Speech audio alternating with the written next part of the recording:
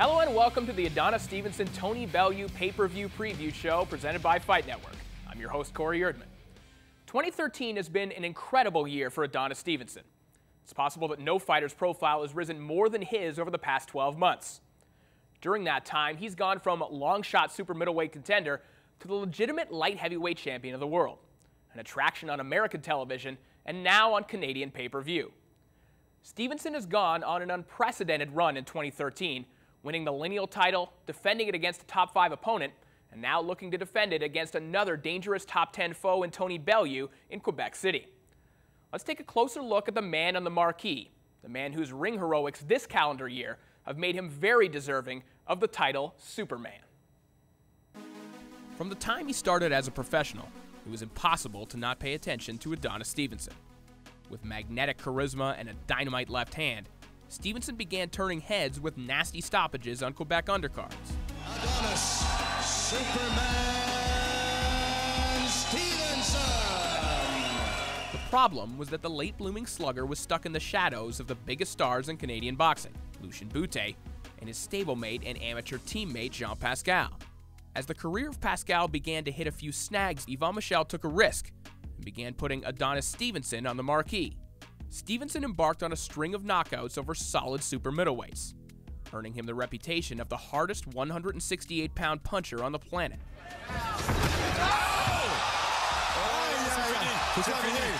After blowing out Noe Gonzalez and a tremendous win over Don George, Stevenson was in line for a shot at a super middleweight title. Unfortunately, Andre Ward and Carl Froch were both tied up with injuries and other fights respectively. So rather than waiting, Michel took another risk. Stevenson had never fought as a legitimate 175-pounder in his career, but an opportunity to face lineal light heavyweight champion Chad Dawson was too much to pass up. As it turns out, they didn't have much to worry about. I suppose against Stevenson as well. Oh, there is the power! Left hand has worked Dawson out! Stevenson followed up his star-making performance with a dominant win over top 5 light heavyweight Tavoris Cloud. Cloud was expected to be a tough test for Stevenson, an iron-chin pressure fighter who would force him to show his boxing skills. And that's exactly what he did. Less than 2 months later, Stevenson is back in the ring against yet another top 10 opponent, Tony Bellew. A win over Bellew would all but cement him as the fighter of the year in 2013, and put him in line for mega fights against Ward, Froch, or Bernard Hopkins. But there is something larger happening with Stevenson. As a light heavyweight champion, Stevenson is in rare company as one of only a handful of lineal champions in the history of Canadian boxing. He's certainly not in anyone's shadow anymore. For the moment, the country's fighters and everyone in the 175-pound division are living in his. And joining me right now is Toronto Star sports and business reporter Morgan Campbell. And Morgan, the Stevenson Bellew pay-per-view is very interesting from a business perspective because this is really the first time in about a decade, in about 10 years, that one of these major fights from Quebec has been offered not just in French, but in English on pay-per-view as well. Well, and again, this is the challenge of selling this sport across Canada because often these stars from Quebec have a large and really dedicated regional following in that province, but really don't make a lot of noise across the country. So you can't really blame Yvan Michel for what he's been doing, which is acquiring, the Canadian rights, the HBO broadcasts of these fights that take place in Quebec and then selling them as pay-per-views in Quebec and kind of leaving the rest of the country hanging. But this fight now is an opportunity and maybe a bit of a risk, but it's definitely a chance to answer one of the unanswered questions, in addition to the questions that are going to get answered in the ring. What we're going to see is whether or not you can take one of these local hero Quebec fighters with the rabid local following and sell him across Canada and market him to the point where people in English-speaking Canada don't just want to see him, but are willing to pay to see him. Well, and I think if you're going to have that experiment, and if you're going to make that experiment work with any fighter from Canada, I think now is the time, and the guy to do it with is Adonis Stevenson, because he's coming off 2 spectacular knockouts over Chad Dawson and then the dominant performance against Tavoris Cloud. He's as red hot as any fighter has ever been in Canada, and he's one of the few lineal champions that we've ever had in this sport. To me, Morgan, he has the kind of buzz that both Jean Pascal and Lucien Boutte were never really able to garner. I think with Pascal and with Boutte, there were still questions about whether or not they were being matched softly, whether or not they were just a regional fighter who was fighting at home and was the beneficiary of some home cooking. With Adonis Stevenson, he's been matched so tough and has looked so spectacular that I don't think those questions are there with him. I think he's as hot as any fighter has ever been in this country, and if you're going to sell him to the English audience, this is going to be the guy to do it. Right, and marketing-wise, the crucial difference between Adonis Stevenson and all these other fighters from Quebec is that Adonis Stevenson put in his time at the Kronk Gym in Detroit, Michigan, and he has the Emanuel Steward cosign, and that means something to HBO, that means something to American fans. So he's not just this mysterious Canadian coming in, this unknown quantity, and he's matched against some famous American. He's a guy on whom Emanuel Steward, had placed, this stamp of approval, and had a lot of confidence in him, had a lot of belief in him. And again, that means that resonates with HBO, that resonates with American fight fans. And then when you perform the way Stevenson has performed, stringing together these spectacular and dominant knockouts, that kind of ensures that you're going to get a call back to appear on HBO again, which is what's happening. And I also think that the handicap with Adonis also works in his favor as well. The fact that he is 35 years old, at a very advanced age for an elite fighter, and especially for a light heavyweight as well, that ensures that he has to be match tough, because there isn't a lot of time to play around with Adonis Stevenson. The amount of time that you have to capitalize on him financially, that window is very, very narrow. So Adonis has already been in there with Chad Dawson. He's been in there with Tavoris Cloud. Now he's going to take on Tony Bellew.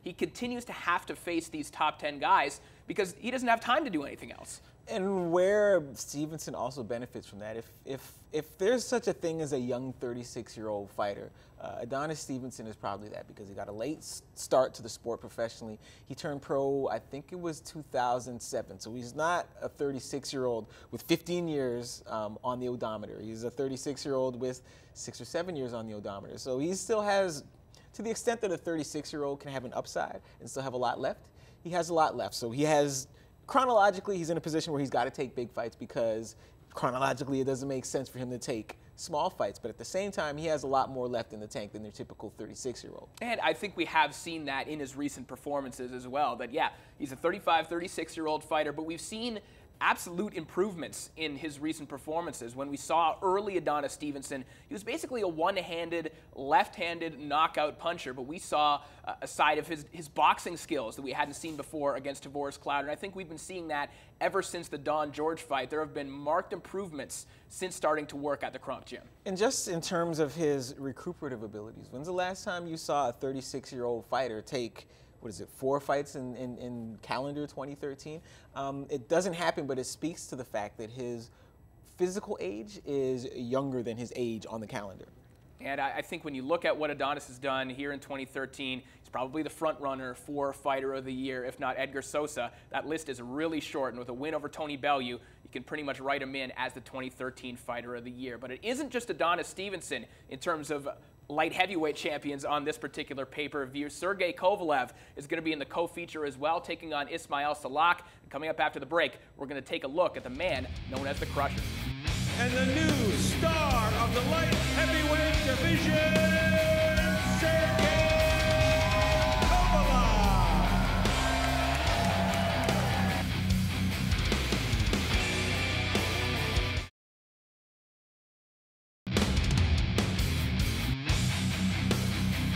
Welcome back to the Adonis Stevenson Tony Bellew pay-per-view preview show presented by Fight Network. Stevenson and Bellew aren't the only light heavyweight stars on this pay-per-view. In fact, Stevenson isn't the only light heavyweight champion on the card either. If Adonis's profile has risen more than any other fighter in 2013, not too far behind him is Sergey Kovalev. A devastating knockout puncher in the very same vein, Kovalev has gone from an afterthought on NBC sports broadcasts to one of the most exciting and perhaps feared fighters in the game today. If fight fans have their way, soon enough Stevenson and Kovalev won't just be on the same card together, but in the same ring together as well. It is extremely rare that one division would have 2 devastating knockout artists atop the rankings at the very same time. Such is the case with Adonis Stevenson and Sergey Kovalev. It is no coincidence that Kovalev's bout with Ismail Salak represents the co-feature of the November 30th pay-per-view. Boxing fans are already drooling over the idea of the 2 most feared fighters in the division facing off.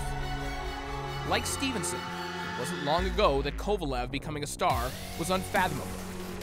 A The little-known light heavyweight from Russia, the now 30-year-old made sporadic appearances in the United States, struggling to find consistent dates and a direction in his career.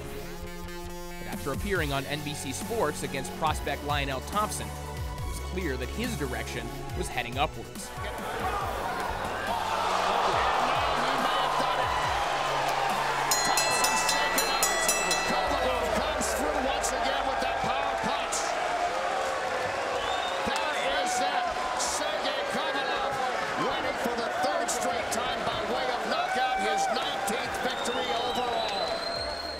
After destroying former titleist Gabriel Campillo and humiliating top contender Cornelius White, Kovalev did get his shot, on the road against Nathan Cleverly.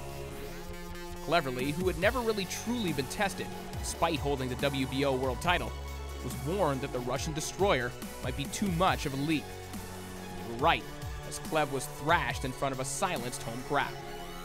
Too much. This is too much, and referee Terry O'Connor has stopped the fight. This time it is over, and Sergey Kovalev has a 4th-round TKO, and he made it look easy. Instantly, Kovalev became a sought-after television commodity. Potential bouts with Stevenson, Bernard Hopkins, and others were bandied about. Before those can materialize, he must get past fellow Russian standout Ismail Salak. There was a time that Salak was in the exact spot Kovalev is in, thought to be the uncrowned champion of the division. Though that distinction was stripped when he took his lone loss to Denis Grachev, a fight he was winning every round of prior to the stoppage, the smooth boxing ability and athleticism that garnered all the hype before is very much still there. Can Kovalev continue his rampage through the division and its collision course with Stevenson? Or will it all turn out to be too much too soon in Quebec City? Joined once again by Morgan Campbell, sports and business reporter for the Toronto Star. And Sergey Kovalev versus Ismail Salak, a very intriguing co-feature, but I think the trajectory and what we're building towards is perhaps a little bit more intriguing. The fact that Kovalev and Stevenson, two on-the-rise, hard punchers with title belts in the same division at the same time. Morgan, this is something we just don't see that often in the sport. It's something we don't see often, mainly because this sport is boxing and a lot of things can happen. And we're talking about Bellew and we're talking about Salak, as if they're just kind of furniture, like they're just inanimate hurdles that these two guys have to clear. But the possibility remains that either Salak or Bellew or both could win on Saturday night. Let's not forget, we're not too many years removed from a similar buildup between Juanma Lopez and Yuriorkis Gamboa, and they put them on the same card in a sort of semifinal, but then Bob Arum said, no, let's let this marinate. And it marinated, and it marinated, and it marinated, and it spoiled. So if these two, Stevenson and Kovalev, manage to win Saturday night, there's no more reason to let this marinate. They need to get it on. And there's nothing really in the way either. I mean, we were lucky in that Adonis is promoted by Groupe Yvon Michel and Kovalev is promoted by Kathy Duva and Main Events, and they don't have affiliations to any one particular network. There's no Cold War between these two. This is not Top Rank. This is not Golden Boy.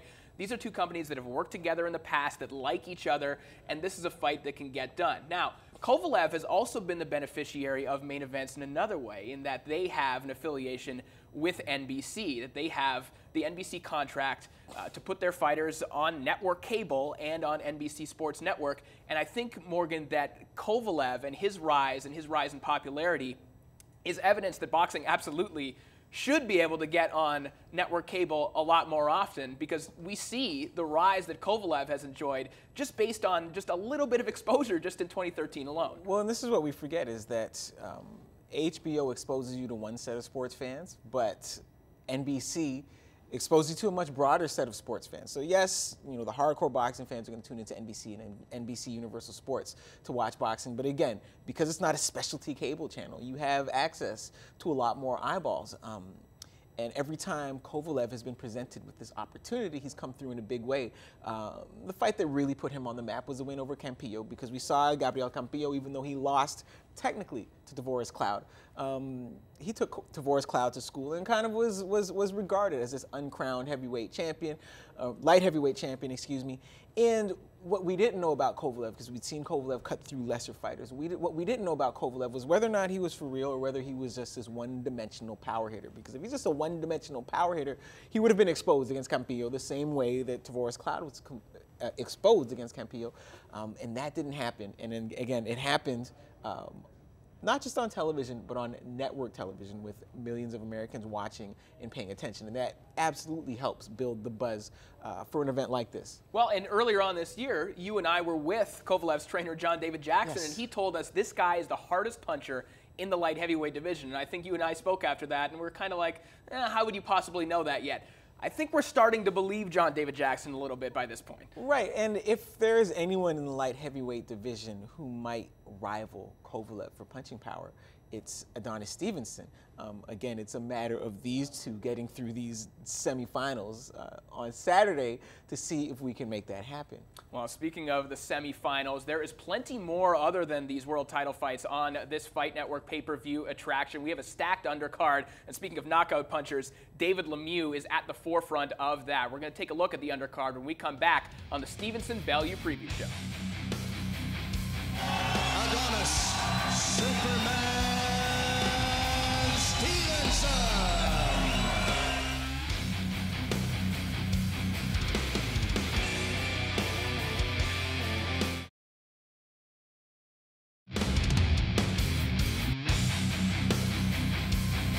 Welcome back to the Stevenson-Bellew Pay-Per-View Preview Show presented by Fight Network. I'm your host, Corey Erdman. For Canadian boxing fans, the November 30th pay-per-view is more than just a main event and a co-feature.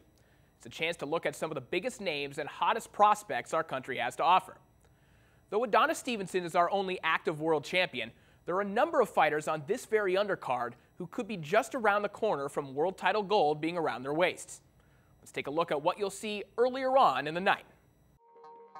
The undercard on the November 30th pay-per-view offering is both a who's who and a who's next of Canadian boxing. The two best welterweights in Canada collide as world-ranked Quebecers Kevin Bizier and Jojo Dan finally meet up. Dan has been in title contention at welterweight for several years, but is back on track after a tough loss to Selçuk Aydin in 2011. A tremendously popular figure in the area, Bizier will take the biggest step up of his career against Dan.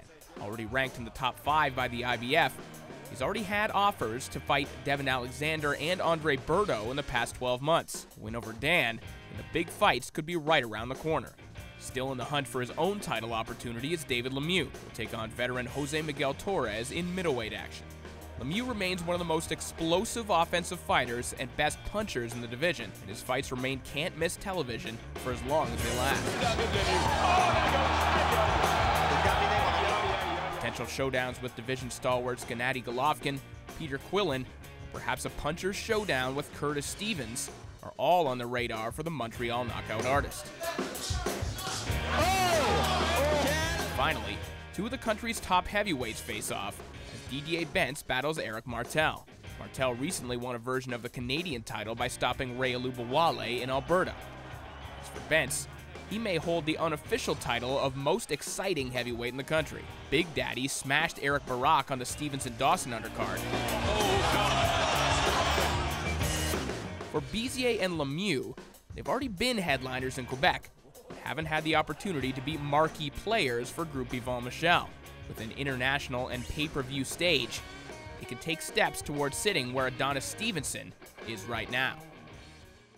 A terrific-looking undercard on the Stevenson-Bellew pay-per-view. Now, earlier this week, also added to the card, Artur Beterbiev of Russia, who was the 2009 World Amateur Champion, as well as Bogdan Dinu, who was a heavyweight standout from Romania, now working with Groupe Yvon Michel as well. So just many more great additions to that undercard. But Morgan, I think a lot of people are particularly focused on David Lemieux. He's been a good little draw in Quebec for some time, fell off after the loss to Marco Antonio Rubio. But now he's in that spot where maybe after a win over Jose Torres on this pay-per-view, we can start talking about David Lemieux maybe getting a crack at a premium cable date or an NBC Sports date. Well, this is what we were talking. He's an example of the type of fighter we were talking about before, with this rabid local following. Not sure if he can make noise across the rest of Canada, and he had this big buzz, behind him until the loss to Marco Antonio Rubio, and then the next loss to Joachim Asen. But since then, he's just been steadily, building himself back up, building himself back up.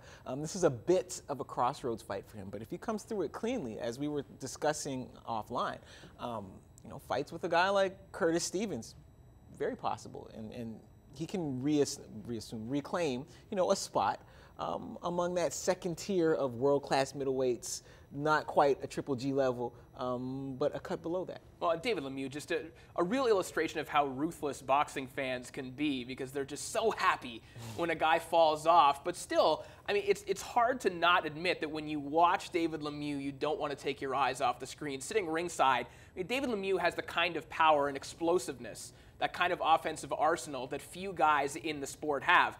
There are a lot of things that still need to be fine-tuned, mind you. However, David Lemieux is can't-miss TV, and he's going to be on this undercard on the Stevenson Bellew pay-per-view. Well, Morgan, thank you so much for joining us, and for those of you at home, we hope you call your cable providers. You definitely don't want to miss this one. It's Adonis Stevenson, it's Tony Bellew for the legitimate light heavyweight championship of the world.